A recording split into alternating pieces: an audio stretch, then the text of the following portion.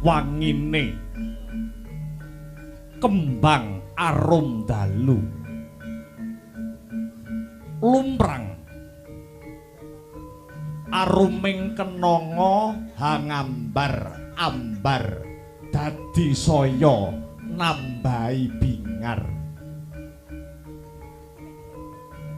ngancik tengah wengi raras rem-reming rasa rasane wong ketaman wuyung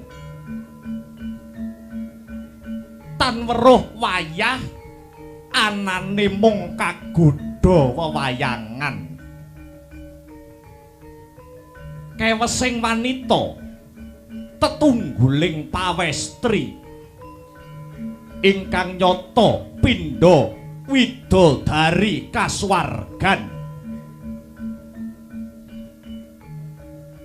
satriya ing Madukara radyan permadi kesandung wuyung kagilut bronto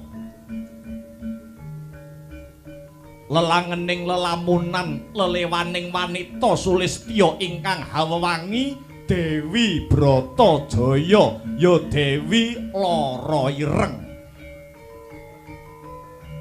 tinata pineper laguning karep parandene tan kuwawa nduwa tekate denira arsa hamethik kembang wangi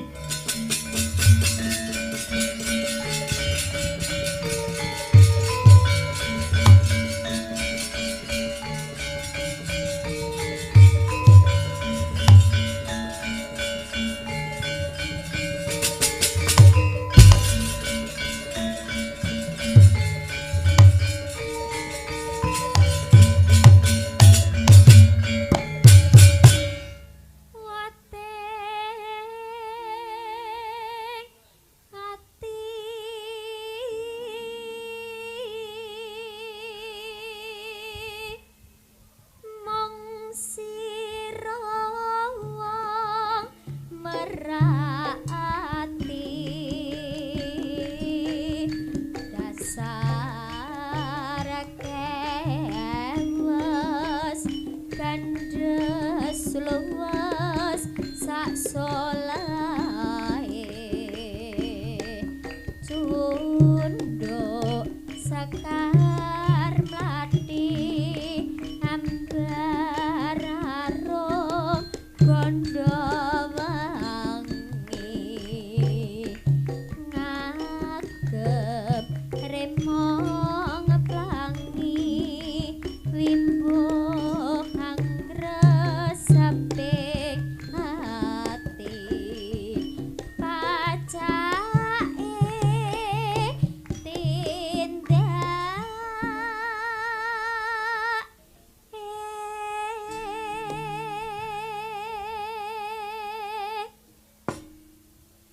kaya macan luwih blerak sempal lebihane dadi lan pantese angan dika arum gumebyar katon tejane ledak sare amimbuhi kuciwate kang tindo mustika sae boen dai ingkang gedhe lan santosa terus lahir batine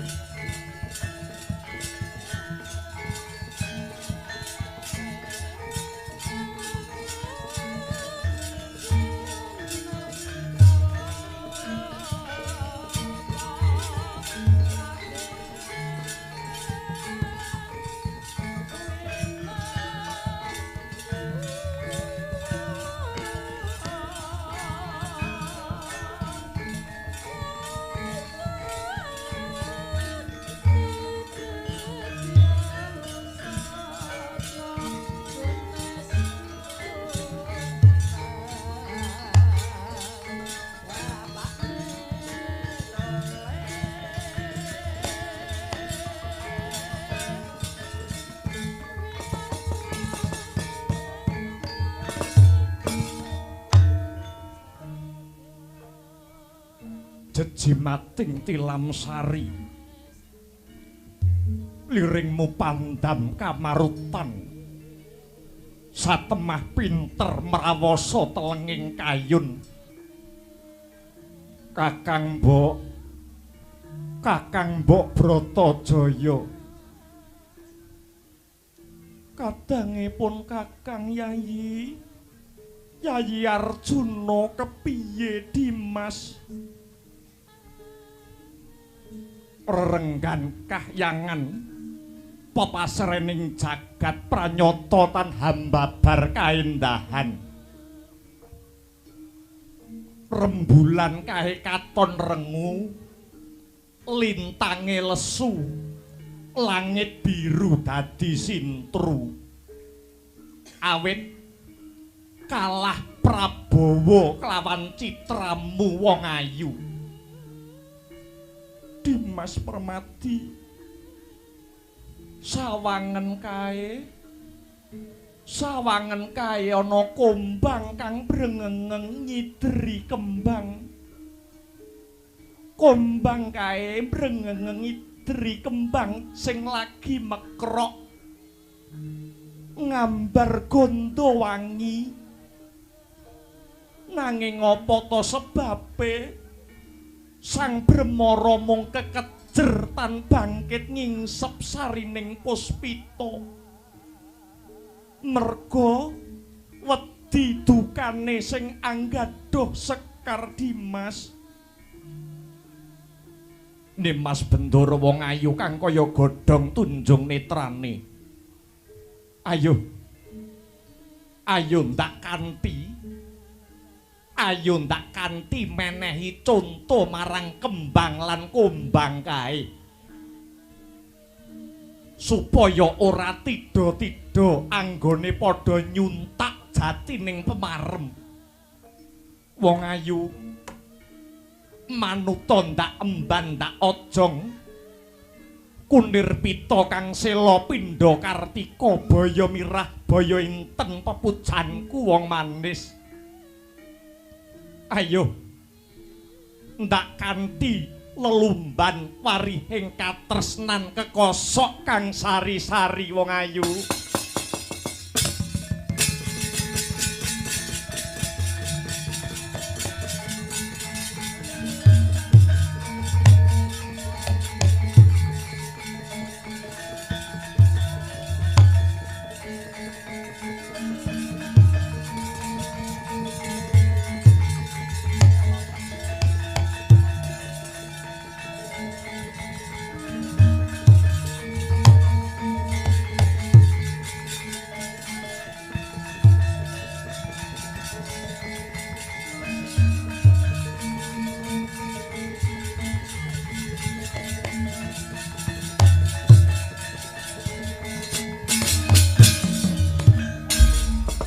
Siung gajah duh Mas Mirah Indrajit pantunungipun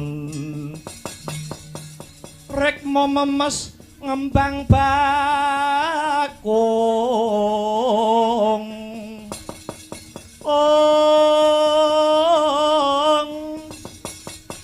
nyengkir gading renggo jojo jarweng ranu duh wong ayu singa tirta mangsa janma baya sapa kang anyucup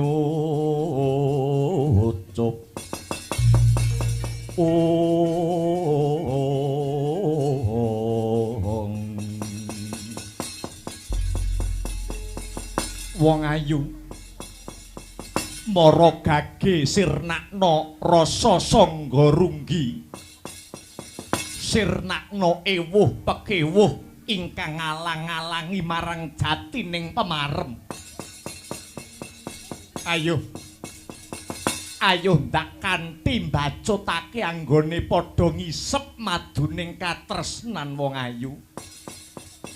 Kosik wong bagus tatanen luwih dhisik rasamu. Aku tak kandha yo.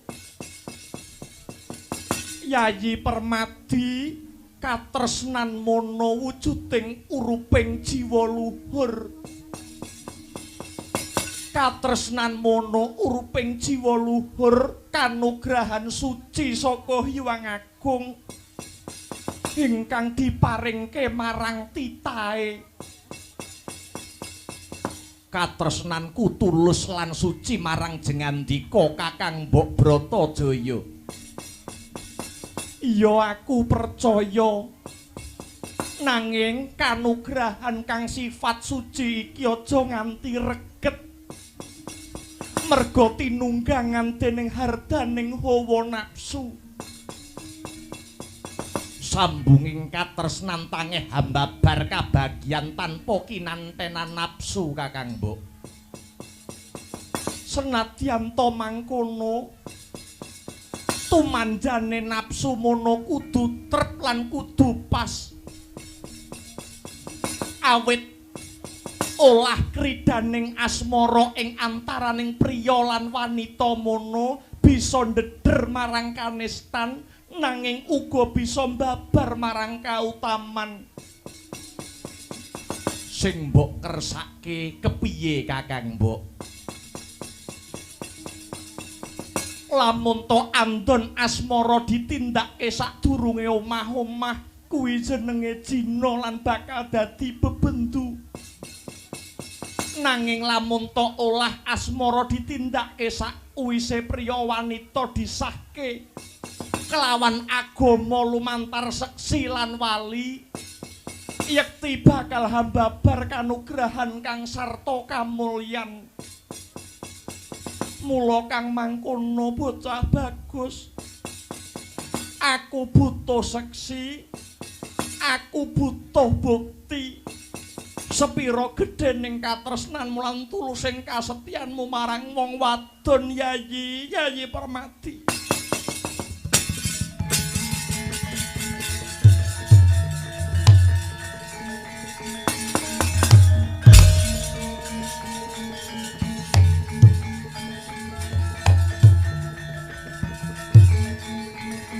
Kakang Bok.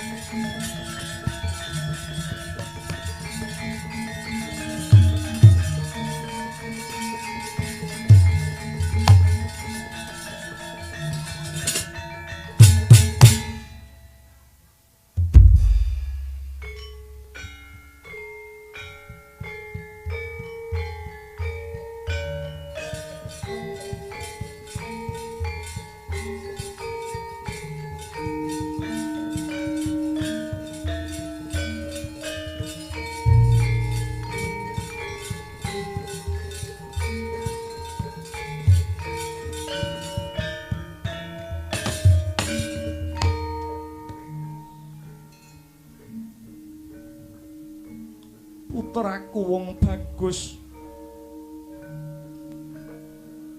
Permadi pun ibu bisa nggagapi kelawan panjriting rasamu. Mula kang mangkono cah bagus, aku njaluk pandongamu. Ibu Kunti sing bakal nyambung talining katresnan. Aja nganti kembang sing ndok rukti ndok sirami saben hari banjur direnggut karo tawon liya yo nang Samirana.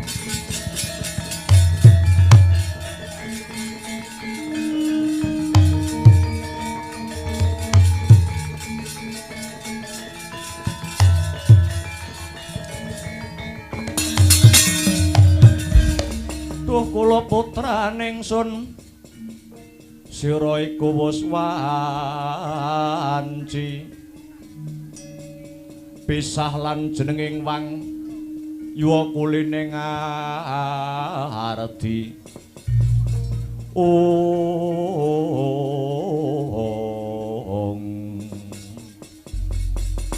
ngaturaken panuwun Kanjeng Ibu. Nyatanipun Kang Putra kaliyan Kakang Mbok Bratajaya sampun condong ing batos golong gilik sami kaprawasa jemparinging katresnan.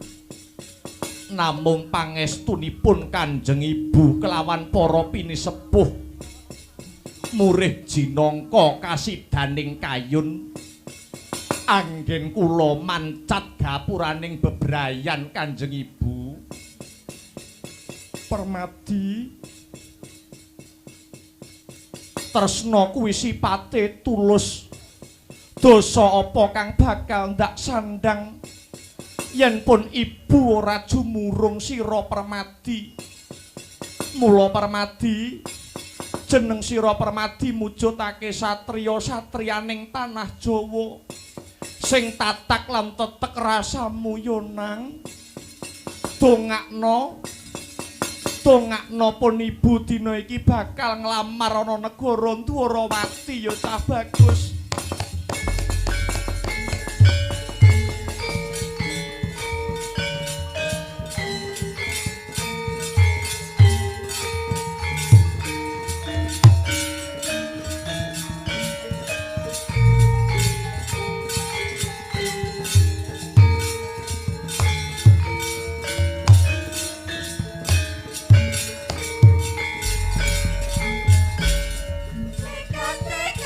Sang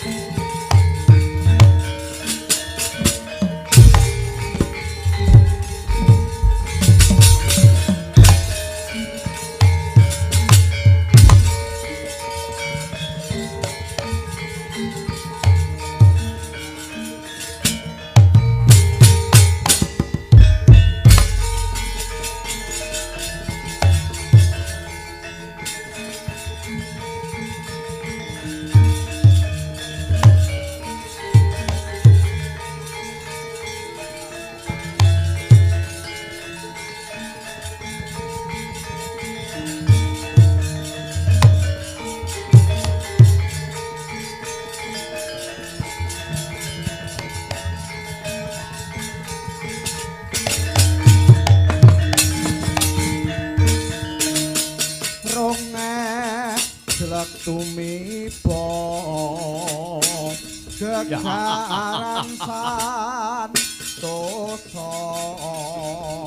wartane meh teka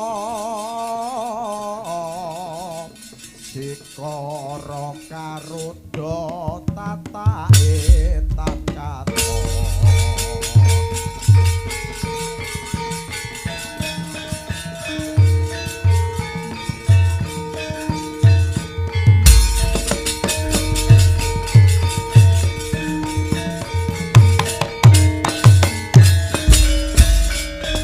dening utamaning nata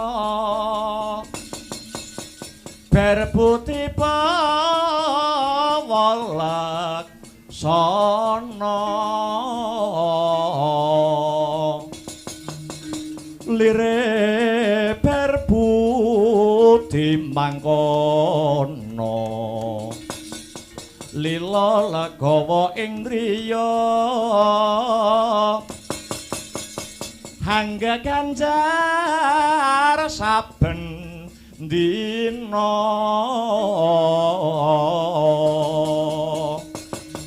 agung denya paring dono lire kang bawa laksana hanetepi pangandika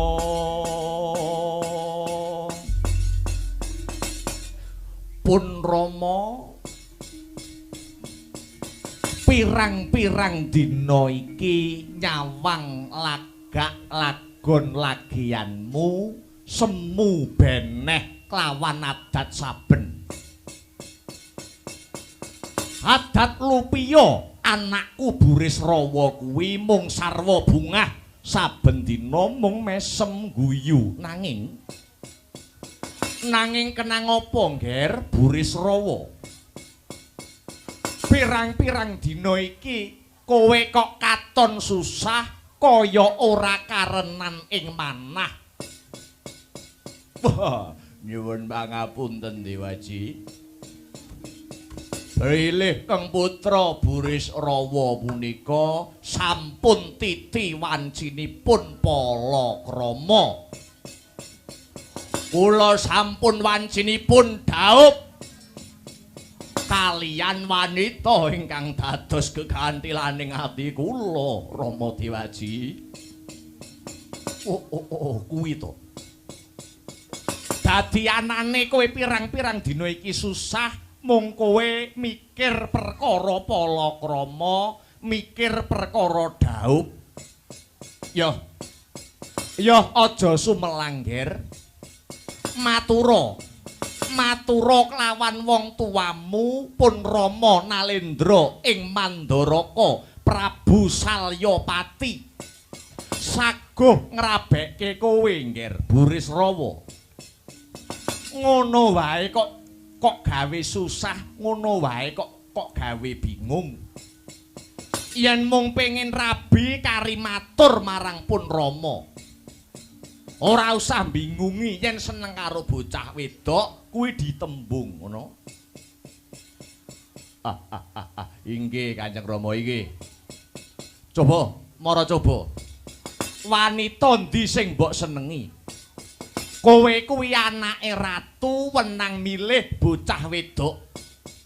Kowe kuwi anak ratu wenang nuding bocah wedok anake pandhita apa anake satriya. Mara gage matura Buris Rawa. Yen kowe iki duweni kepinginan ning nggur mbok empet wae iso-iso kowe mati nom Buris Rawa. Wah, inggih Kanjeng Rama. Kula tak matur ning sampun duka nggih Kanjeng Rama. Ora, aku ora nesu ndang matura. Bocah wedok ngendi sing dadi gegantilaning atimu Buris Rawa? Mboten wonten sanes. Wanita niki pun kula batin dangu sanget. Kula niku meh nembung gek wani, gek ora, gek wani, gek ora, gek maju, gek mundur. Bareng kula gagas-gagas suwe-suwe kok kula Buris Rawa kaya wong edian. wanita ingkang saged manjing wonten sanubari kula. Boten wonten sanes Putri Dwarawati adinipun Ratu Dwarawati. Adinipun Sri Bathara Kresna nenggih Bratajaya utawi Lara Ireng Kanjeng Rama edan.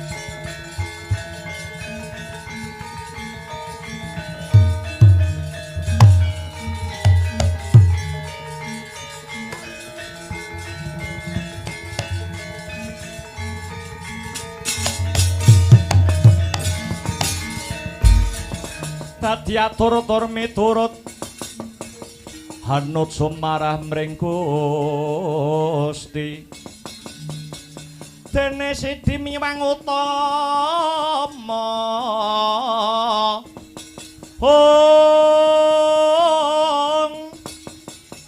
panindak ing praja ngadil bejo dadi bandara rinarapan mring pro abdi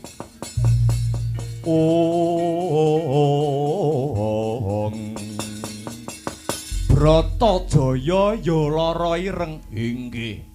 Musik. Apa ora ana wanita liya apa ora ana wong wedok liya? Mboten wonten. Wis kuwi sing kok senengi kuwi. Nggih. Apa kowe ora enek rasa sithik-sithik karo sinden ngendi ngono? Biyen jane kula nggih nate seneng. Ning kula wedi keblondrok. Kula wedi kapusan malih. Cari yang aman-aman saja. Ini prasajan wae. Pun Rama ora condong, pun Rama ora rumajong yen kowe rabi karo Bratajaya. Sababipun menapa? Ngene ya, Nggir. Sumurupa. Kalamunta Bratajaya kuwi wis dadi pacangane panengah Pandhawa si Permadi ya Harjuna. Mula yen kowe ngeman jenenge wong tuamu tak jaluk kowe aja pisan-pisan kepengin duweni gegayuhan ngayunake si Bratajaya. Kuwi ngono pacangane Permadi, pacangane Harjuna. Alah pacaran kok. Medhotne wong omah-omahe kulino nggur pacaran. Ya tak guyu thokno. Saderengipun wonten janur kuning melengkung tekad kula mboten kendhat. Kula jane nggih pun ngerti yen Bratajaya niku pun dadi calone si Permadi. Lho, lah banjur kenang apa kowe isih mbacutne lakumu seneng karo Bratajaya? Nyatanipun Bratajaya nek tak takoni nggur mesam-mesem mawon kok. Ora gelem jujur kok. Kaya-kaya Bratajaya niku tesih maringi lampu ijo dhateng kula. Brisrawa dalem. Jagat iki digelar ora mung si Bratajaya. Ora mung si Lara Ireng. Milya. Sakliyane Bratajaya pun Rama kang sagandha korine nginang jambe suruwe. Mboten. Burisrawa sampun sumpah kula sampun prasetya. Menawi mboten kalian si Bratajaya kula entengaken pejah kula Kanjeng Rama. Janjane kowe iki isih nganggep aku ramamu apa ora?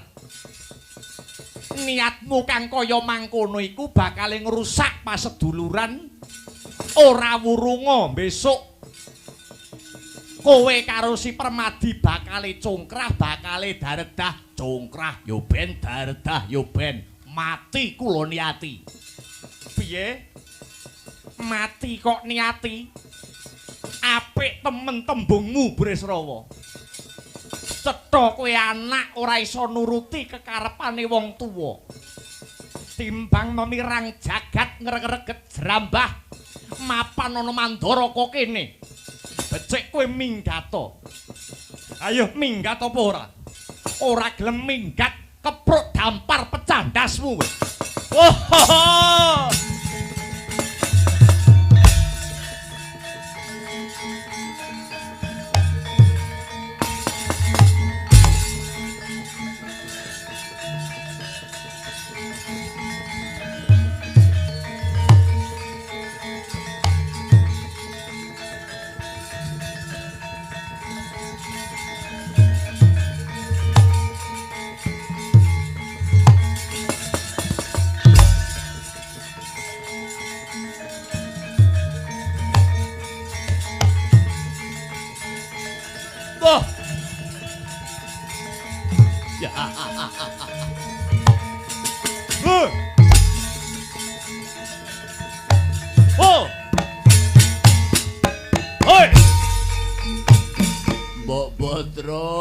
Mbok Putra we ana ngendi Mbok Putra?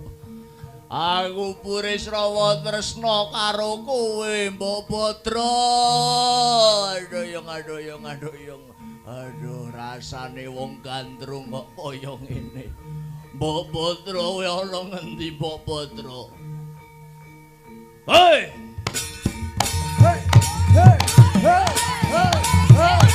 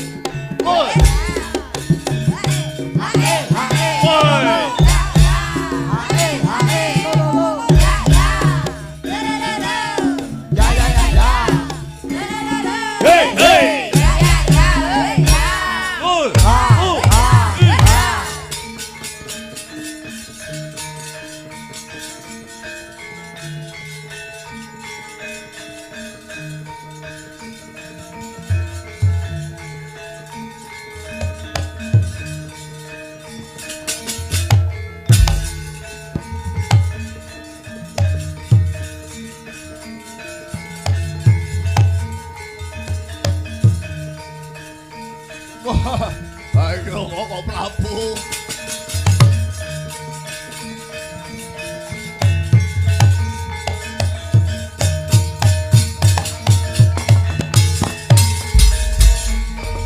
Lemeng mawa lemot kalamatan jroning alam kanyut saknyatane kanyatan kaki sejatine yen tanemut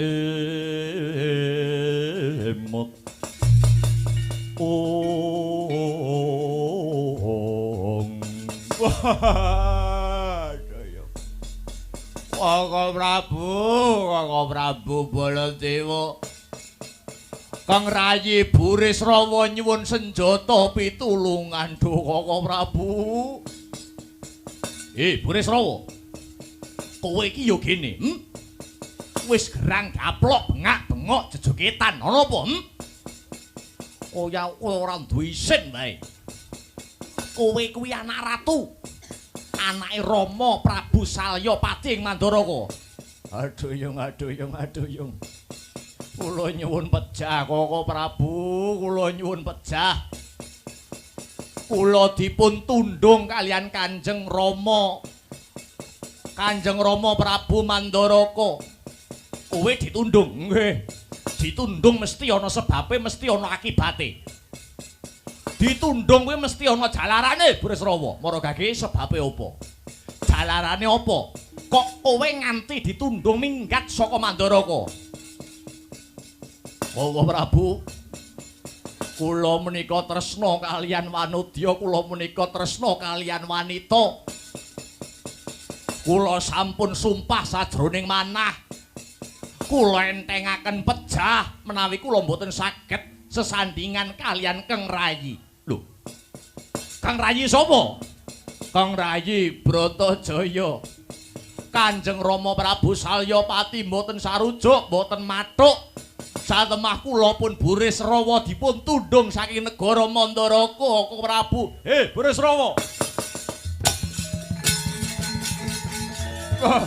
Lah nika Kanjeng Rama.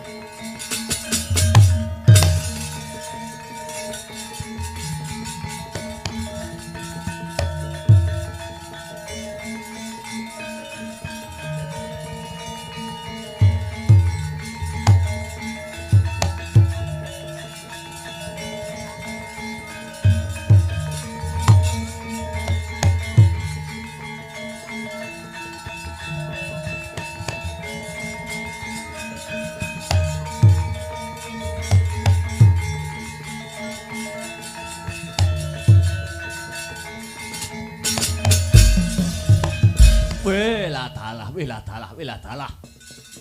Mapan kebeneran Kanjeng Rama. Saged pinanggih dhateng mriki.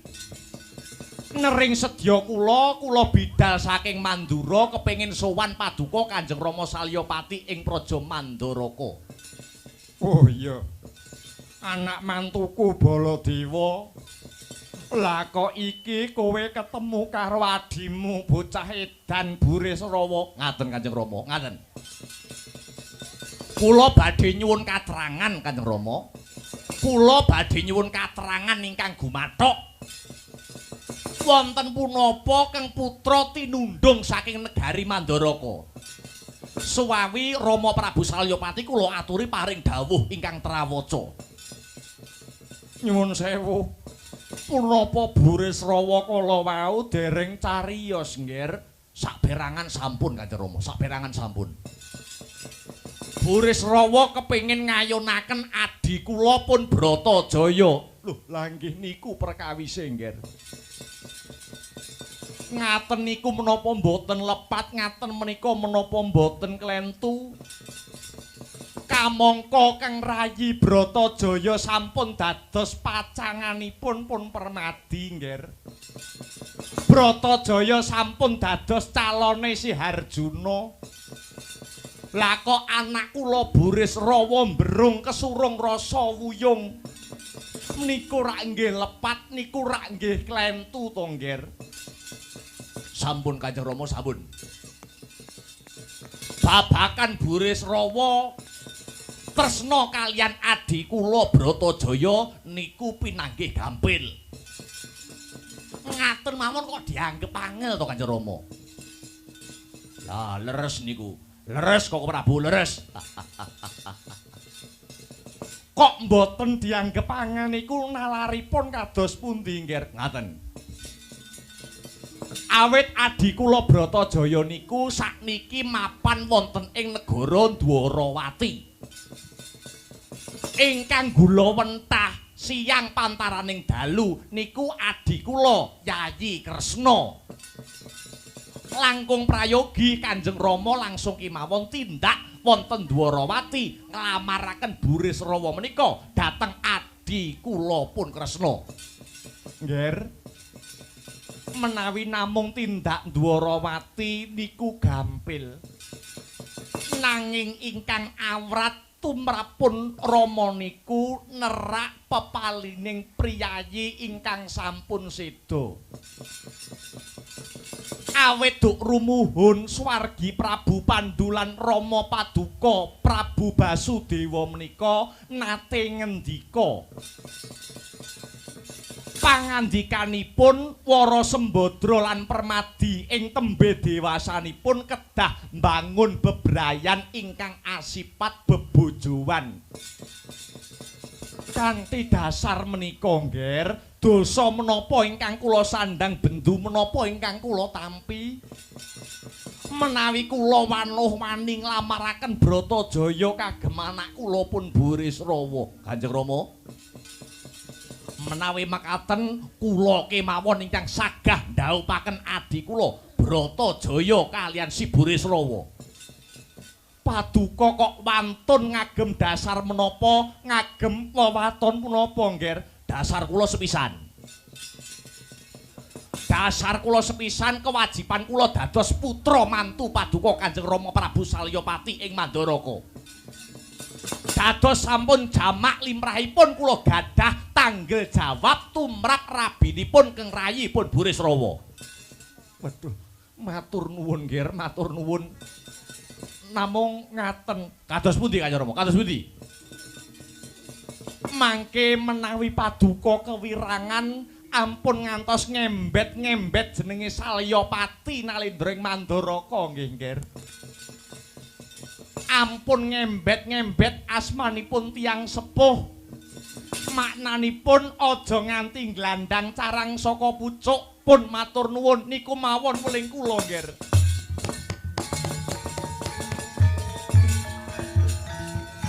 Sranane wong ya luhung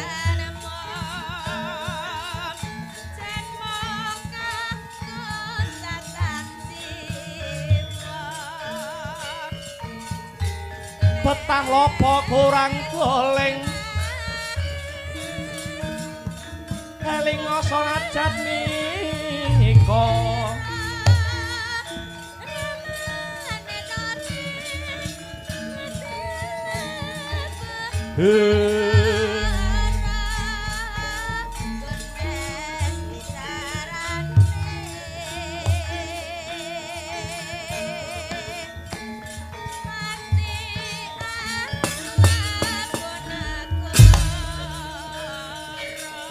maju Burisrawa.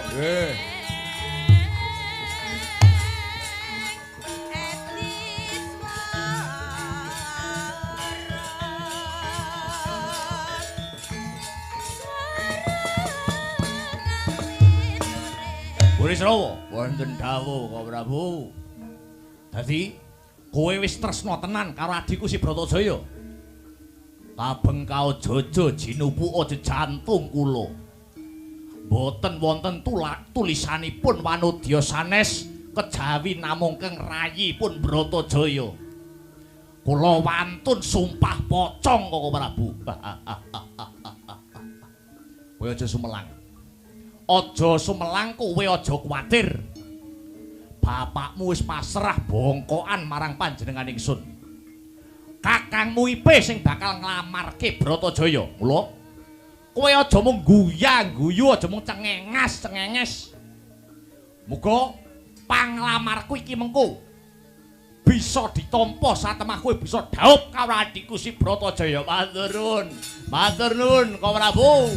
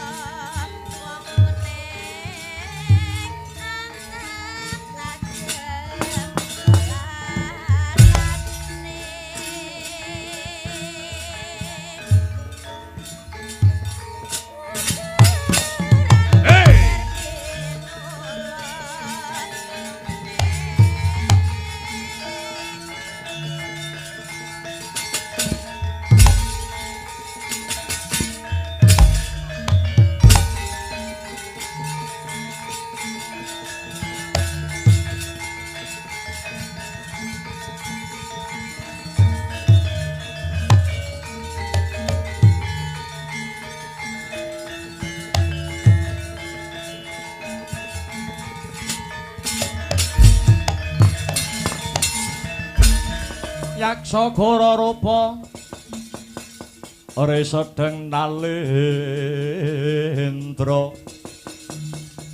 yaksa alalaku kang malwalya ingkang mung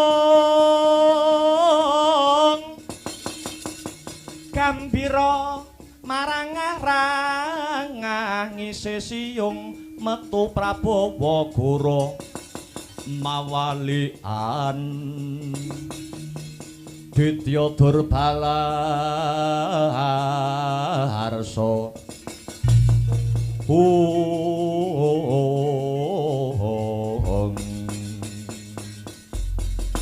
Bintang Samudra kula wonten dawuh sinuwun amiji kula pun Bintang Samudra. Aku sedhela maneh bakal rabi karo adine Ratu Dwarawati sing jenenge Bratajaya ya lara ireng. Mula kowe sing dadi reh-rehanku dina iki kudu bisa mbiyantu apa sing dadi gaweku.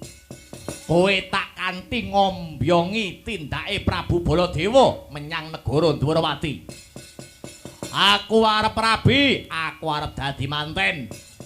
Mengko yen ana bobol barating perkara, yen ana muganing lakon, kowe sak wadya balamu preman-preman bayaran sing tumandang gawe.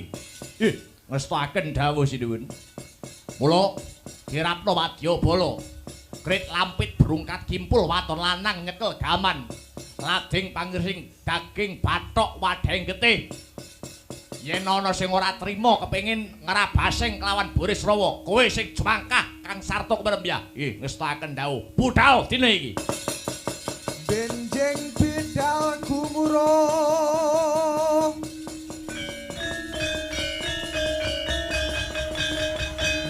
saking paseban Jawi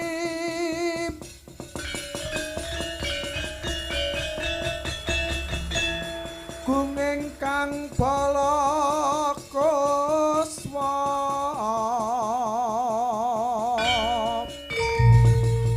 Habrabu sananira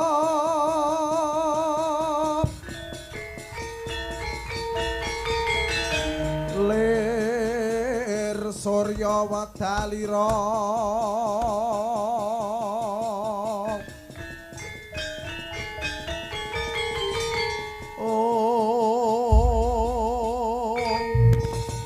harsa madangi jagat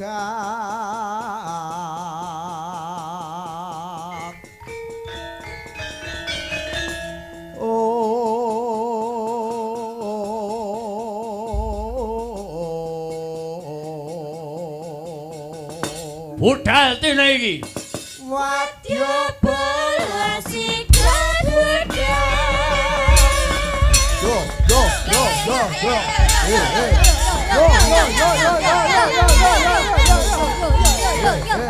yo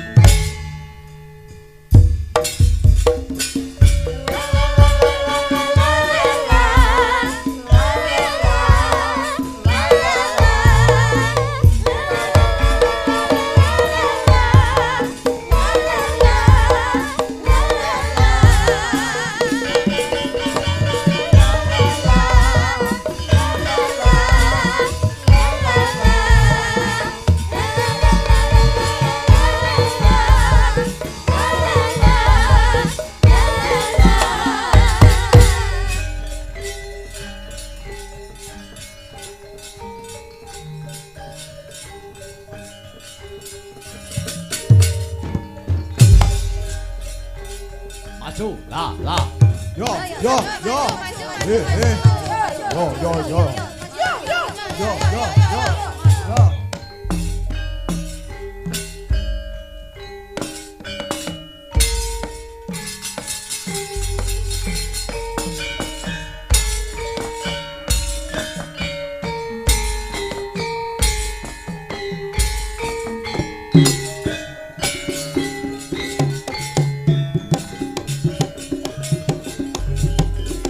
Eslilin ya mas,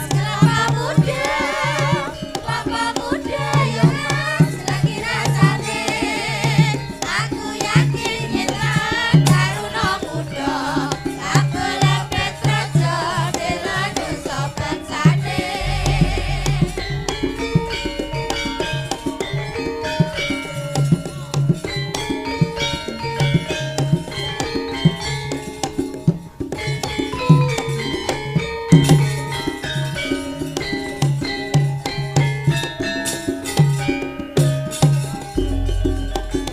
Eswalo ya mas, lagi nekodo. Terkulani ya mas, buka selase. Para sepuh khusus dadi tulodo. Regenerasine ora rusak morale.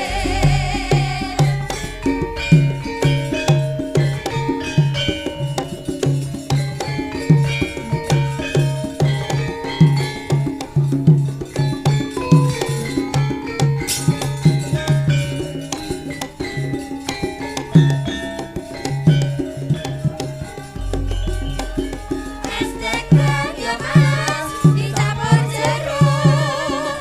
Jeruk kepro ya mas, ikan berjalin.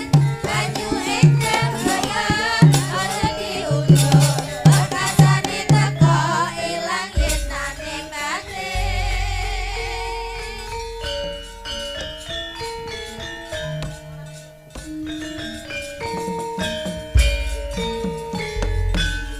Nyata indah ing kota Semarang, jebut candi baru kebak kaendah.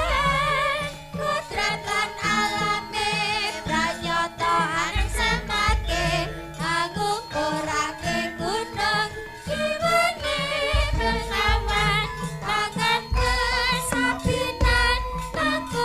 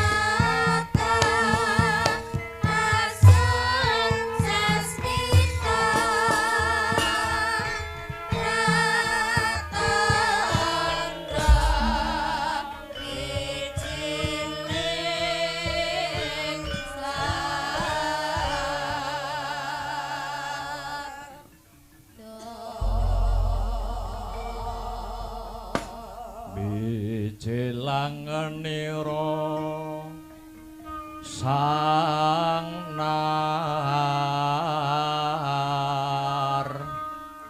pati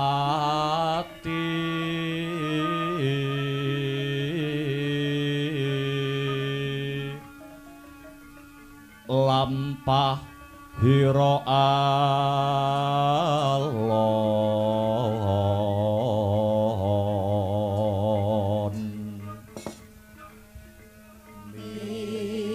Cilangan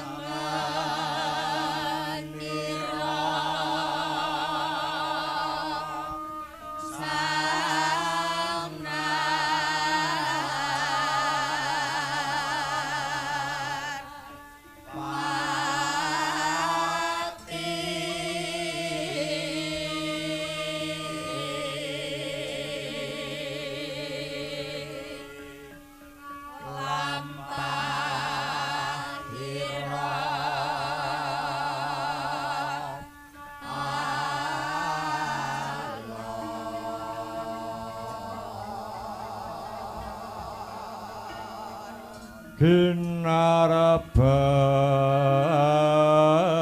Ginarbak Badaya yuarakna nira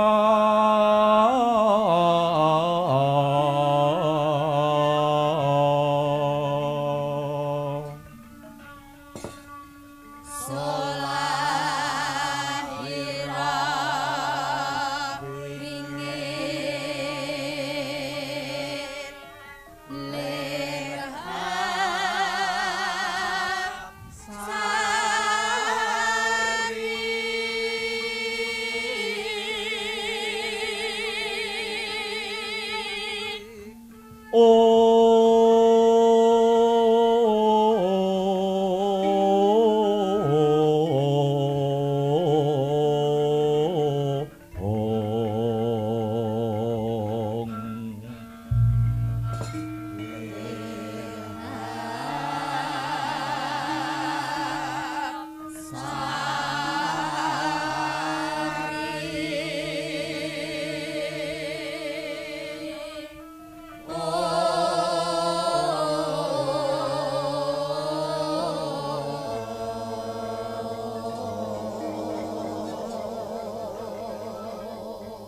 sari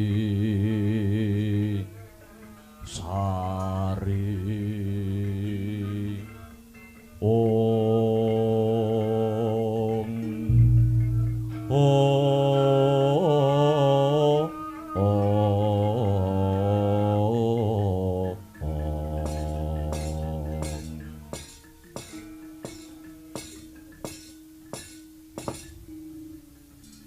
Ya jagat Dewa Bathara ya jagat pangestu ngara mugi katentreman karahayon lan keslametan tansah kasarira marang warga Gong ing negara Dwarawati Setyaki kawula wonten tinimbalan ingkang hadhawuh Kaka Prabu hamiji keng rayi ing swala bumi pun Setyaki sawetara dikepenakne anggone padha lungguh yodi panjenengan ingsun ora bisa wawan pangandikan kanthi pratitis marang jeneng sira Yayi awit jeneng sira sumurup lan mangerti mbok menawa dina sakmengko Praja Dwaraka kerawuhan tamu agung saka negara Mandura inggih kawula Nakna Dewaji sasana saha wanci kula borongaken dhateng Kaka Prabu Dwarawati anggenipun badhe manembrama rawuhipun Kaka Prabu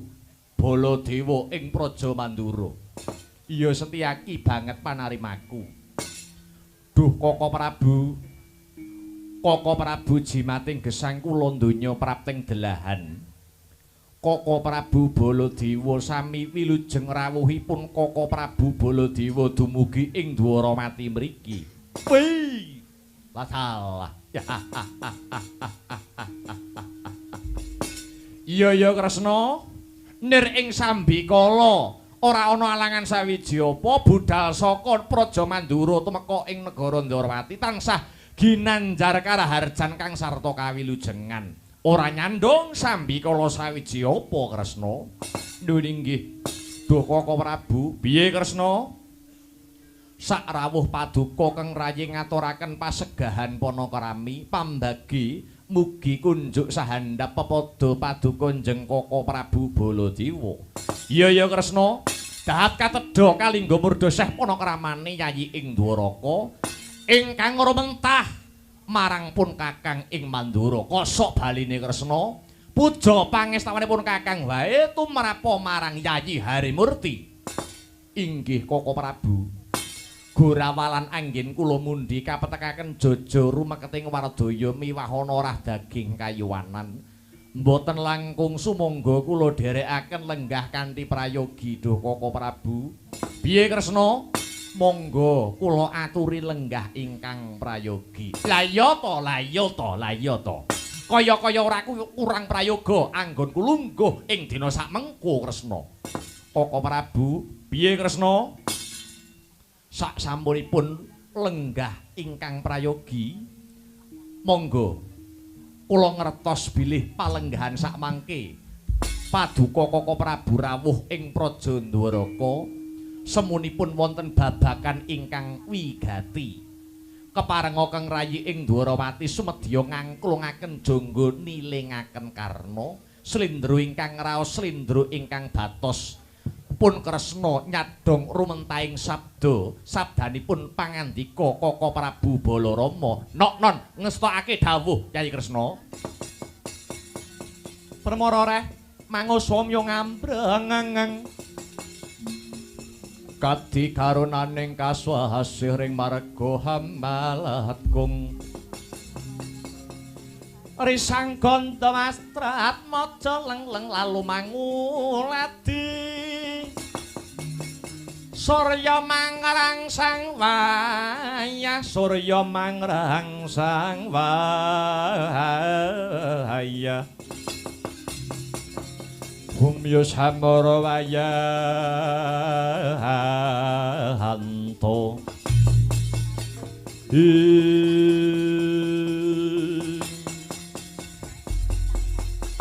Kresna prabanipun Kakang ing negara Dwarawati iki ingkang angka sepisan ya kuwi kepengin tilik kayuwanane Yayi Kresna sumrambahe para warga Gung ing negara Dwarawati. Puja lan puji syukur kang jero yen kabeh tansah ginanjar kawilujengan kang sarta kebagaswarasan ewa dene angka 2 Yayi. Pun Kakang ngaturake alam oneng alam iku tembung lawas oneng kuwi tegese kangen. Awit wis sawetara wanci ora bisa wawan pangandikan kanthi pratitis klawan jeneng sira Yayi Kresna. Janjane pun Kakang ngono kepengin nalikane pun Kakang miyos siniwaka ing kraton negara Mandura wekasane Yayi Kresna tilik sambang ana ing Praja Mandura. Ning mbok menawa kepenginanipun Kakang kuwi sajeke urip ora bakal kelakon jalaran apa? Jalaran Yayi Kresna wis sumpah kang disekseni jagat raya saisine. Nalikane Yayi Kresna isih jaman dadi begal, dadi kecu, dadi brandal lan sak panunggalane biyen. Kowe tau nyilih pusakanipun Kakang nembung bakal nyilih wujude Kyai Nenggala kinarya mateni Ratu Angkara Murka saka negara Dwarawati Purwa kang jejuluk Prabu Menari Singa. Ning sak ngertiku kowe biyen iki isih dadi maling Kresna. Temahan ora tak silihi pusaka Nenggala ning malah tak unek-unekke entek amek kurang golek bebasane. Nganti Yayi Narayana kewektu tembunge kewektu sumpahe. Koko Prabu menawi mboten dipun ampili wujudipun Kyai Nenggala mbok sampun nanging paduka sampun ngantos ngunek-ngunekke dhateng Narayana. Narayana niku ngampil wujudipun pusaka Kyai Nenggala lair batin kinarya pados kamukten supados boten ngucik-ucik kawibawanipun Kaka Prabu Mandura. Seksenana jagat saisine kula sajek urip kula mboten badhe sowan kang sarta ngambah negara Mandura. Mula ora ana critane wayang kok Kresna ndayoh ning Mandura iki ora ana critane. Kaka Prabu, piye Kresna? Kelemben-kelemben roti-roti. Biyen-biyen saiki-saiki. Sampun boten usah dipun rembak perkawis punika monggo sami wangsul kados wingi uni. Lah iya to, lah iya to. Lah iki ngene sak banjure. Ing ripalungguhan iki bakal ana bab kang bakal tak suwunake pirsa marang Yayi Harimurti. Perkawis punapa to Kaka Prabu kok ketingalipun sanget wigati. Ngene Yayi. Suwargi Kanjeng Rama Basudewa.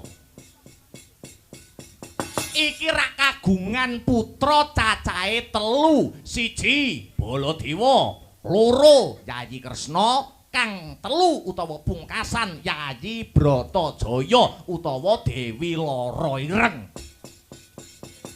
Lah kasunyatane anak 3 kuwi mau sing 2 wis nyakrawati hambau denda kemul kamukten keceh bondo dadi ratu mblegedhu disunggi-sunggi karo wong sak negara.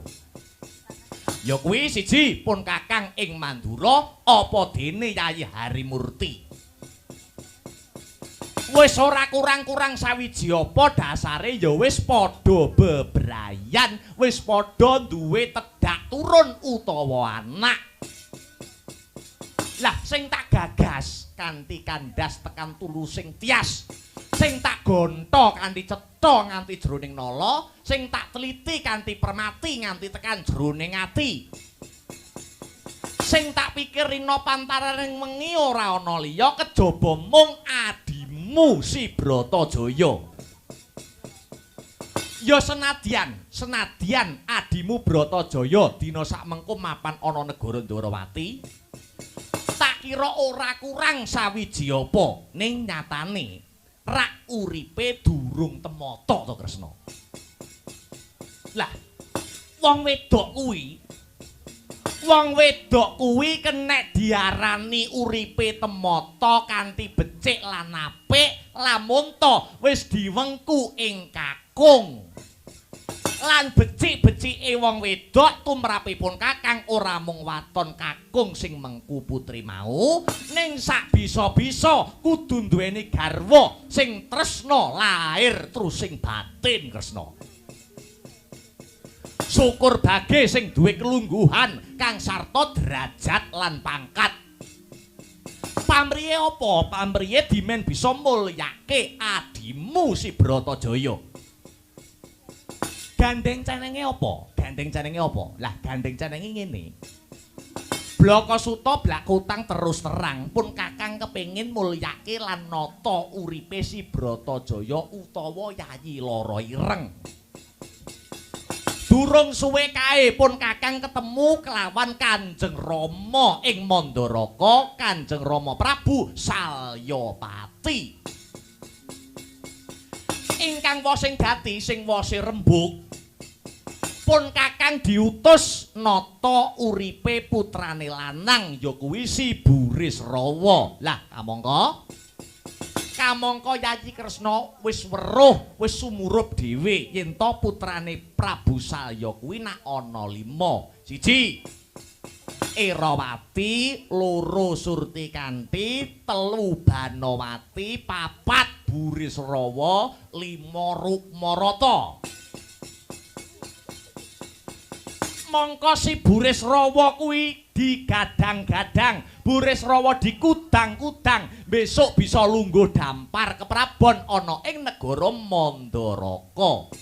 Bisa ngganteni palungguhane Rama Prabu Salyapati. Nanging yo gene. Uripe si Burisrawa nganti tekan saiki uripe ora cetha. Kelambrangan kaya wong edan. ing atase anak ratu candrane kaya gelandangan. Merga ora nate saba kraton rina wengi sing disaba lupute pos kampling ya pasar. Kenang apa kok uripe si Burisrawa kaya mangkono? Bareng tak takoni Kresna, tinemune jebul Burisrawa sak mengko lagi nandang wuyung. Burisrawa nedeng edan kepayang karo putri Dwarawati kene. Ora ana liya kejaba mung adimu si Bratajaya.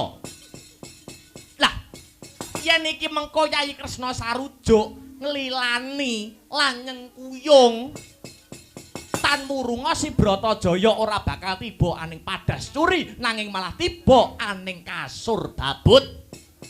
Merga calone dadi ibune wong sak negara Mandaraka. Upamane ngono no piye Kresna?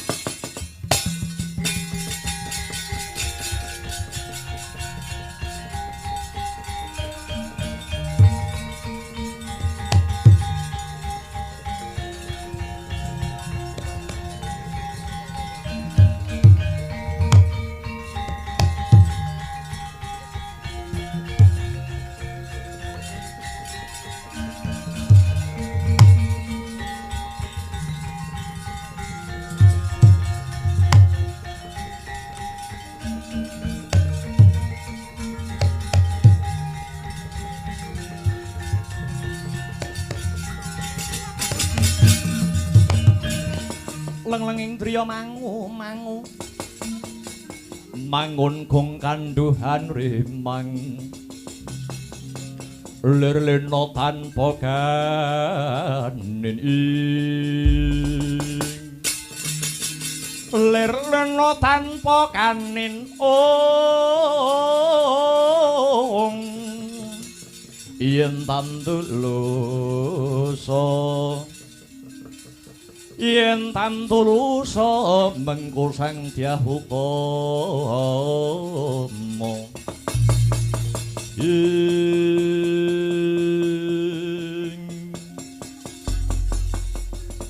Duh Koko Prabu senadyan to paribasan kula mentang-mentang kadi Gandhewa malang-malang kados perbatang jeringatanipun ingkang menang Murbawasesa ingkang rayipun Bratajaya niku mboten wonten sanes kejawi namung Koko Prabu Pandura. Lah mula kuwi to Yayi, nanging ri palenggahan sak mangke kula nyuwun kanthi sanget sawetahipun bab adi kula Bratajaya kula borongaken Koko Prabu Mandura. Nanging Koko Prabu kula anggadhahi panyuwunan kalih perkawis. Loro perkara ki apa wae?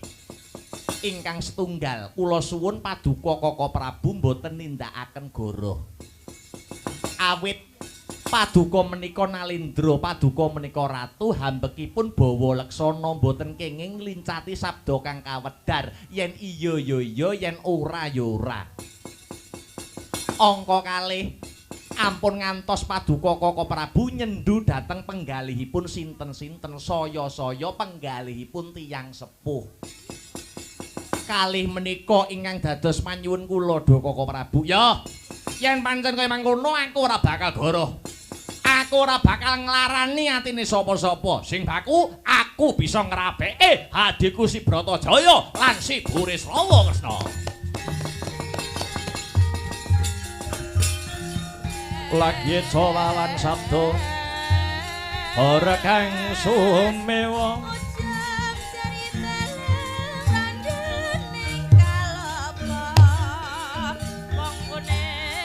kekereng pasewakan wonten Tiratamakta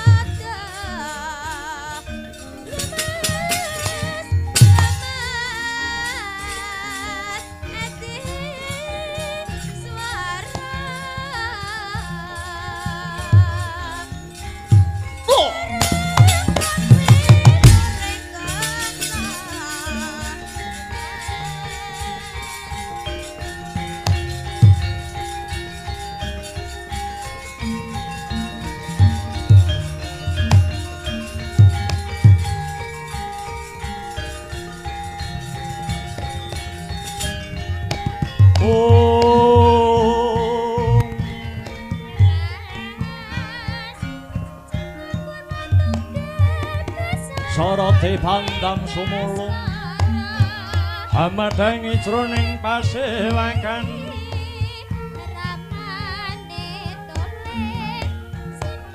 menani watono katon remung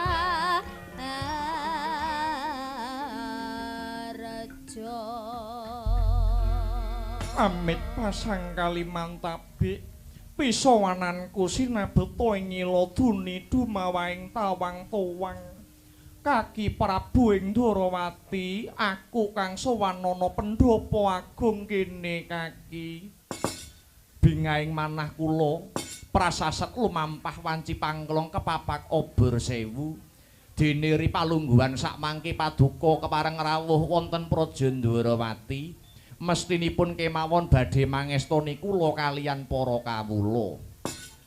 Satemah mahanani papayung dumateng kula sak nagari ingkang hanjog dumateng Karahayun. Kejawi saking menika kok ngantos paduka kraya-raya rawuh wonten Ndarawati menika kados pundi nalaripun. Kresna senadyan to aku luwih tuwa nanging pancen aku kudu sawanana Ndarawati. Awit wis sak wajibe pancen kudu kaya mangkono. Yektine waleh-waleh apa kaki?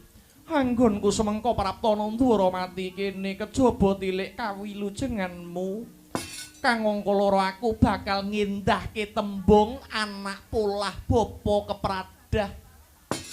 Netepi jejering wong tuwa ingkang tinangisan dening anak.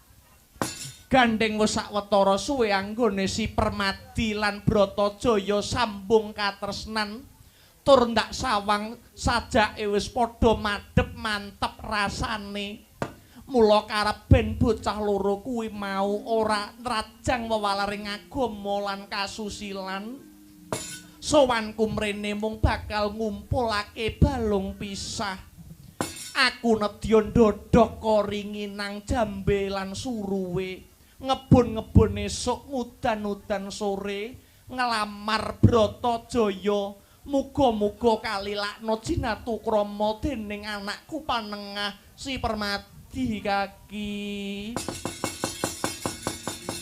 kagiat risang kapirangu rinangkul kinempit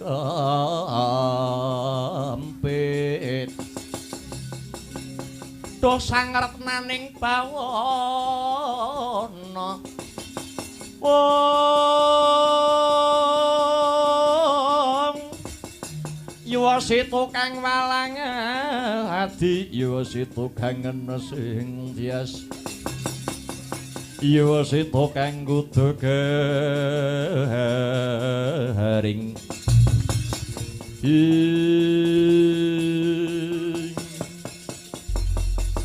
Duh bibi ngaturaken panuwun dening ngantos semanten anggen paduka paring sih nugraha adi kula pun Bratajaya nanging bibi ingkang wenang hamurba lan wasesa dumateng lara ireng boten wonten sanes kejawi namung Kaka Prabu Mandura mila saking menika sumangga Kaka Prabu Baladewa kula aturi paring dawuh piyambak dumateng Bibi Kunti magrepokan kelawan kang rayipun Bratajaya do Kaka Prabu. Ya, aku tak matur Yayi.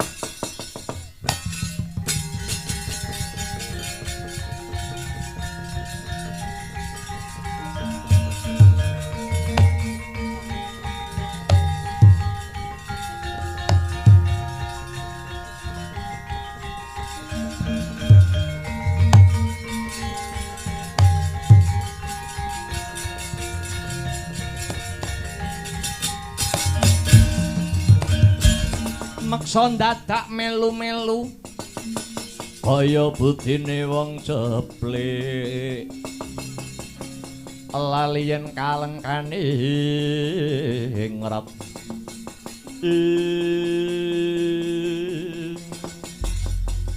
nyuwun pangapunten Sang Bibi kapeksa kula ingkang kepareng sumalonong matur lan menawi anggen kula matur niki mengke wonten kiranging Trapsila Baladewa nyuwun agung ing samudra pangaksami. Iya sing tak anti-anti mung sabdamu paringa katerangan ingkang gamblang kaki. Nggih. Kula nyuwun pangapunten Bibi. Kok nembe sak mangke paduka paring dawuh kok nembe sak mangke paduka nglamar adi kula pun Bratajaya. Nyuwun sewu, rawuh paduka wonten Dwarawati niki kasep. Lire kasep kepiye kaki? Ngaten. Benjang dinten Anggara Kasih. Bratajaya niku badhe kula suwekaken janur kuning, tegesipun badhe rupian-rupian. Badhe palakrama lan badhe kula dhawuhaken kalian putra ing Mandaraka. Nenggih adi kula pun Burisrawa. Malah kebeneran.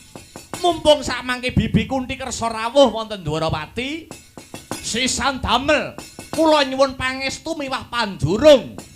Benjing dinten ingkang tinemtu, Bibi Kunti kula aturi rawuh wonten Mandura nyengkuyung lan pangestuni dhumateng adi kula Bratajaya ingkang badhe rabi kalian Burisrawa Bibi. Oh.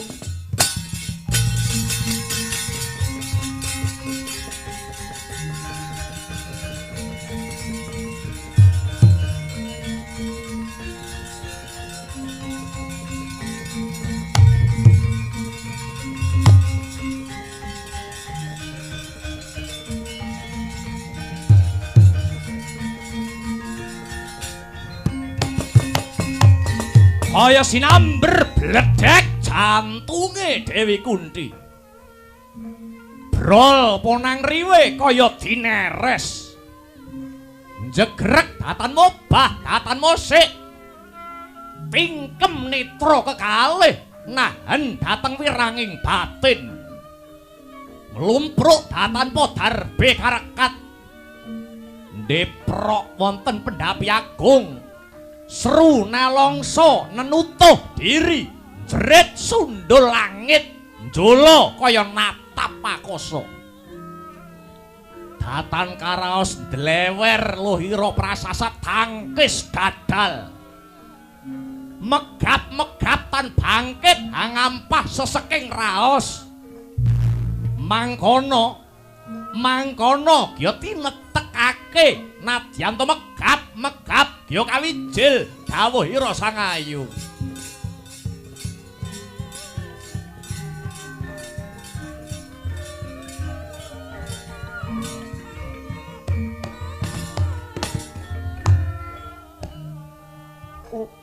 Kaki Prabu Mandura apa dene kaki Prabu Dwarawati banget panarimaku dene aku wis antuk mangsulan kang cetha lan prasaja. Yen lolo luput ku aku njaluk ngapura. Sapungkurku muga-muga Dwarawati nemu raharja aku mundhut pamit kaki. Om.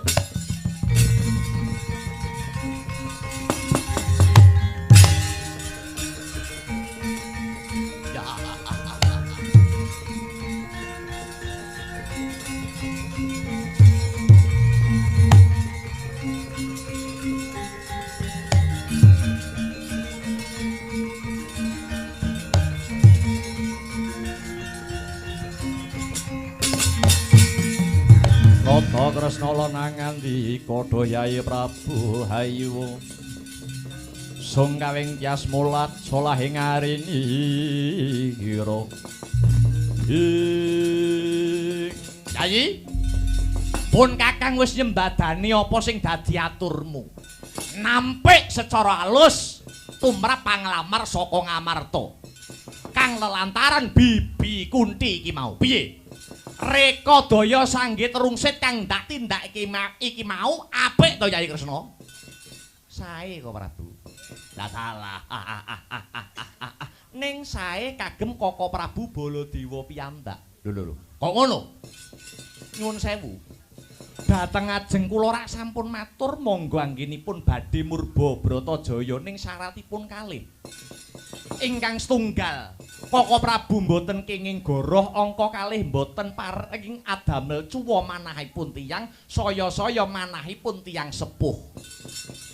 Syarat kalih kala wau sedaya paduka tabrak goroh sampun cetha dereng wonten rembug ingkang gumathok bilih benjang anggara kasih menika palakramanipun Burisrawa lan Bratajaya.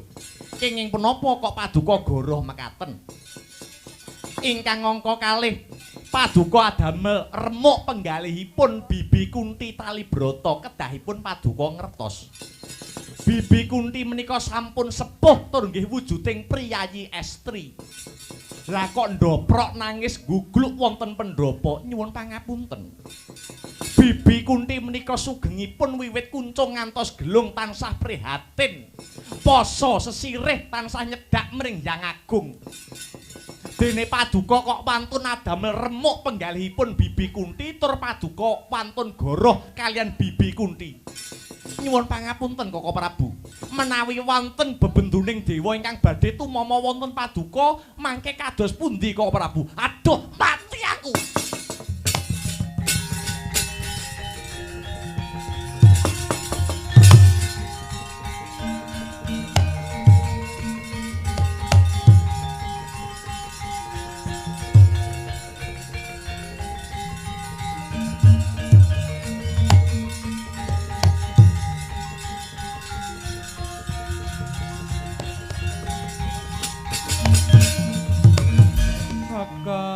Kakang Baladewa kok mentala timen tumindakmu marang Bibi Kunti. Kamangka aku wae durung milih si Permadi apa si Burisrawa. Lah kok Kakang Baladewa wis wani mutusi lan ngorek-orek penggalihe Bibi Kunti. Tak kandhani ya Kakang, tresna kuwi uruping jiwa luhur, tresna kuwi agem-agemane Gusti Kang Maha Kuwasa kang diparingake marang titahe. Tresna kuwi bakal ngrembaka selawase lamun linambaran rasa welas lan asih. Tak baleni, katresnan kuwi bakal ngrembaka selawase lamun linambaran rasa welas lan asih. Yen tanpa rasa welas asih katresnan mau ora bakal awet. Akehe tembung jodoh kelawan bojo kuwi angel jodoh nanging sak temene kuwi kleru. Yen jodoh kuwi jer lanang wadon bisa dadi jodhone ning yen bojo kuwi bebrayan kang agung. Kanthi tumalining tresna mula ya Kakang. Yen Kakang arep ndhawuhke aku karo Burisrawa aku gelem. Lah dalah nanging lho nganggo nanging yen wis pinesti dening Gusti ana tetembungan siji pesti loro jodoh telu wahyu papat derajat pangkat lima donya kuwi manut dening kodrate sing gawe urip. Yen wis pinesti dadi jodhone senadyan to sing siji mapan ana pucuking gunung sing siji mapan ana tengahing segara.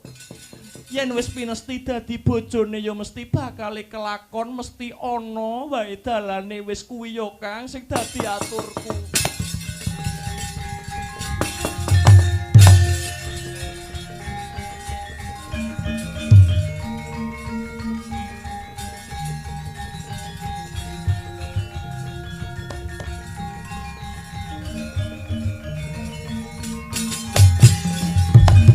Piye to iki bocah loro iki?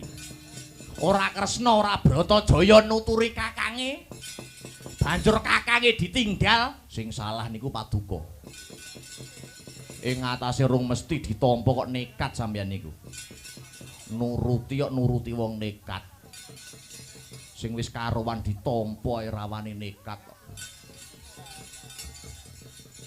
Lah kok rumangsane peh menangan dhewe.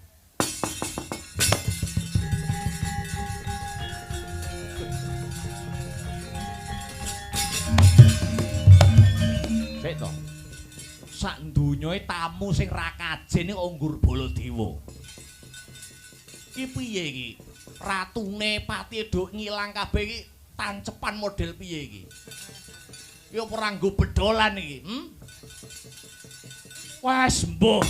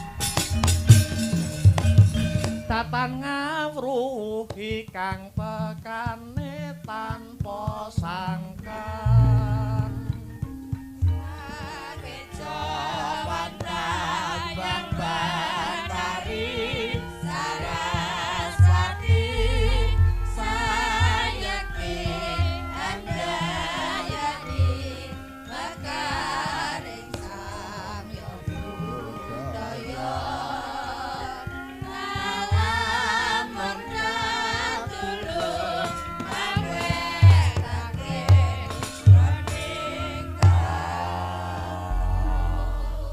Kunthi Ibuku.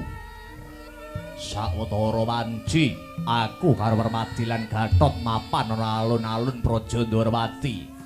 Nganti-anti tekane Kunthi Ibuku. Kepiye? Antuk gawe apa ora? Permadi, kowe aja kaget ya kulup. Nalika aku sowanana Ndwarawati jebul tinemune anak Prabu Mandura sing bakal boyong Bratajaya bakal didhauphke kelawan Burisrawa. Sabar ya kulup.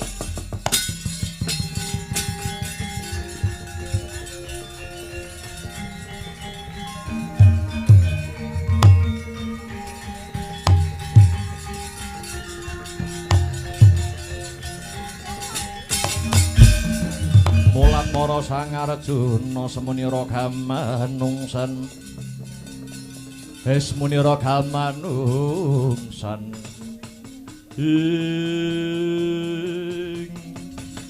Duh Kanjeng Ibu, pedah menapa kula gesang wonten Madyapada menawi kula mboten saged sesandingan kalian Kakang Mbok Bratajaya. Jlamprong.